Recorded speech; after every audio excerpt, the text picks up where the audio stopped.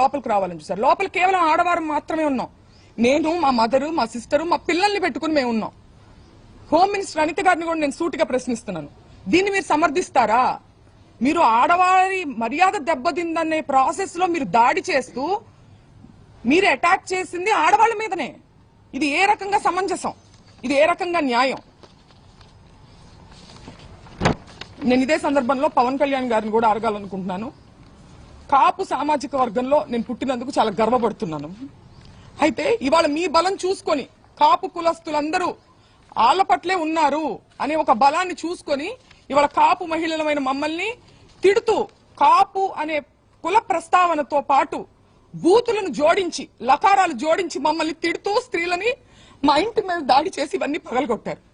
దీనికి పవన్ కళ్యాణ్ గారి బలము అడ్వాంటేజ్ గా తీసుకున్నారు వాళ్ళు. కాబట్టి పవన్ కళ్యాణ్ గారు బాధ్యత వహించి దీన్ని ఖండించాలి. తల్లులందరికీ ఉన్నారండి. రాంబాబు గారు తల్లిని మీరు ఎప్పుడైనా చూడొచ్చు. ఆయన ఎప్పుడు ఒక బార్డర్ క్రాస్ చేసి అసభ్య పదజాలంతో ఏది మాట్లాడరు. మాట్లాడినప్పుడు క్షమాపణ చెప్తారు, లేదంటే నేను అలా ఉండాల్సింది కాదని కూడా చెప్పారు. మీ తల్లిని అన్నది ఎవరు? పవన్ కళ్యాణ్ గారు. తల్లులనే సాంప్రదాయం ఎక్కడుందో మీ మనసుకు తెలుసు. పురంధేశ్వర్ గారు మాట్లాడుతూ చంద్రబాబు నాయుడు గారు తల్లిని అన్నారని చెప్పి ఆవిడ అన్నారు. నేను చూశాను ఆ వీడియో. నేను ఒక మహిళగా అడుగుతున్నాను, చంద్రబాబు నాయుడు గారు జగన్ గారిని మీ పుట్టుకే తప్పుడు పుట్టుక అని అన్నారు. ఇందులో జగన్ గారి తల్లిని అన్నట్టు కాదా? దీని గురించి ఆవిడ అభిప్రాయాన్ని చెప్పాలి. దీన్ని కూడా ఆవిడ ఖండించాలి కదా.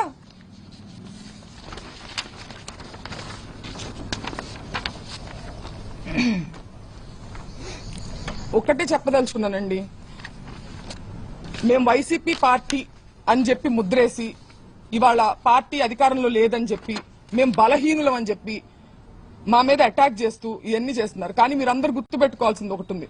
అన్నిటికీ మించి ఇది తిరుపతి లడ్డు విషయం దగ్గర మొదలైంది. మేము అన్నిటికీ మించి మా నాన్నగారు దేవుడు పార్టీ నిజాన్ని మాట్లాడారు.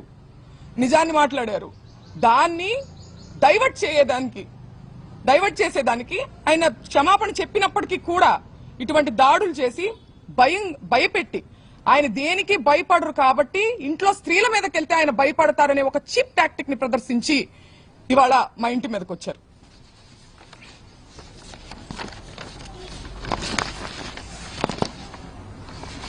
నిజంగా వాళ్ళ తల్లిగారిని అన్నారు అనే కోపం ఉందా, లేకపోతే దాని చాటుగా దాన్ని అడ్డు పెట్టుకొని ఆయన వాగ్దాటితో వాళ్ళు చేసేటువంటి తప్పుల్ని ప్రజల్లోకి తీసుకెళ్తున్నారని ఒక కక్ష సాధింపుగా దాన్ని వంక పెట్టుకుని చేసినట్టుగా అనిపిస్తుందండి. ఎందుకంటే లీగల్ కాన్సిక్వెన్సెస్ ఉంటాయి అంటే నేను ఫేస్ చేయడానికి రెడీగానే ఉన్నారని ఆయన అంటున్నారు. అయినా కానీ 8 గంటల పాటు అండి పోలీస్ బెటాలియన్ ఎంత దూరంలో ఉందని నేను ప్రశ్నిస్తున్నా. చంద్రబాబు నాయుడు గారి గృహం ఎంత దూరంలో ఉంది? 8 గంటల పాటు గ్యాపులుగా తాగి వచ్చి ఒక మహిళ అరుణైనా ఆవిడ పేరు గల్లా మాధవి వీడియో ఇవ్వండి ఒకసారి.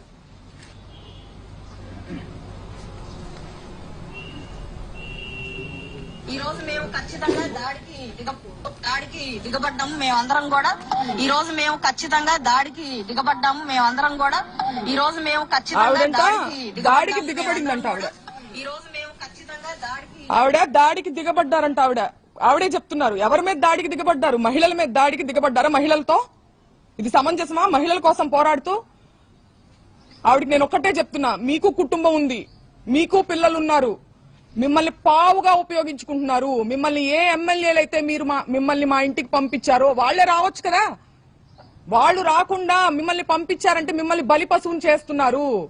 40 ఏళ్ల రాజకీయ అనుభవం ఉంది మా నాన్నగారికి. నా చిన్నప్పటి నేను పుట్టిన సంవత్సరానికి ఆయన ఎమ్మెల్యే. నా చిన్నప్పటి నుంచి నేను రాజకీయాలు చూస్తున్నా. ఎన్నో గొడవలు చూసాం, పోలీసులు చూసాం. కానీ ఇంత నీచమైన రాజకీయాన్ని ఎప్పుడు చూడలేదు.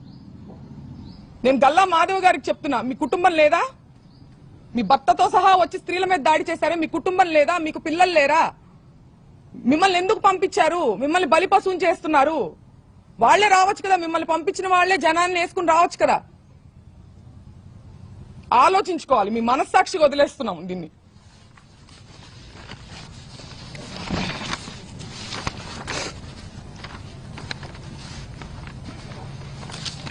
పీకే గారు, పవన్ కళ్యాణ్ గారు చాలా సందర్భాల్లో మహిళల సేఫ్టీ గురించి మాట్లాడడం జరిగింది.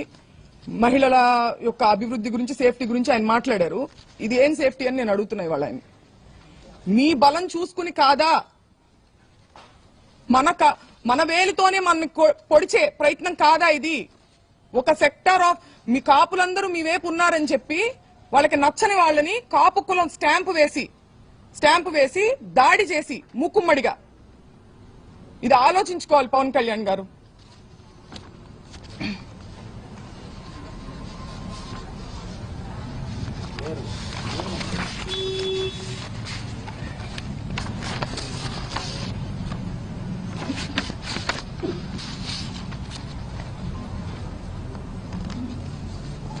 కుటుంబాన్ని టార్గెట్ చేయడం, కుటుంబంలో మహిళల్ని టార్గెట్ చేస్తే అంబటి రాంబాబు గారు భయపడతారు అనుకోవడం. ఆయన దేనికి భయపడట్లేదు, నేను అరెస్టుకు భయపడను, నేను రెడ్ బుక్ కు భయపడను అని ఎందుకన్నారు? ఆ నిజాయితీ ఆయన దగ్గర ఉంది కాబట్టి, ఆయన కరెక్ట్ గా ఉన్నారు అనే నిజాయితీ, ఒక మోరల్ స్ట్రెంగ్త్ ఆయనకు ఉంది కాబట్టి ఆయన కాన్ఫిడెన్స్ చూపించారు.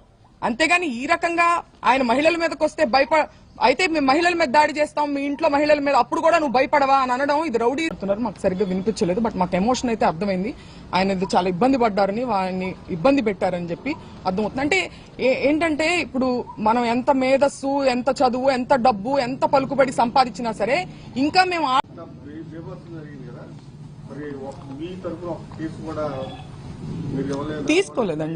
తీసుకోలేదు. మేము పెట్టడానికి ప్రయత్నిస్తున్నాం, పెట్టారు ఆల్రెడీ, ఇప్పుడు కూడా మేము పెడతాము.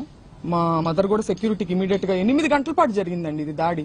అంటే ఏదో ఒక క్షణంలో వచ్చేసేసి దాడి చేస్తే వెంటనే పోలీసు వచ్చి కంట్రోల్లో తీసుకోలేకపోయారంటున్నా. తీసుకోలేదు. ఎందుకంటే 8 గంటల పాటు జరగదు కదండి. ఒక లా అండ్ ఆర్డర్ ఉన్న స్టేట్ లో ఎంత దూరం ఉంది ఇక్కడ నుంచి? డీజీపీ ఆఫీస్ కావచ్చు, లేకపోతే పోలీస్ బెటాలియన్ కావచ్చు, ఎంత దూరంలో ఉంది? వాళ్ళు కంట్రోల్ చేసుకోవాలంటే కంట్రోల్ చేయొచ్చు కదా.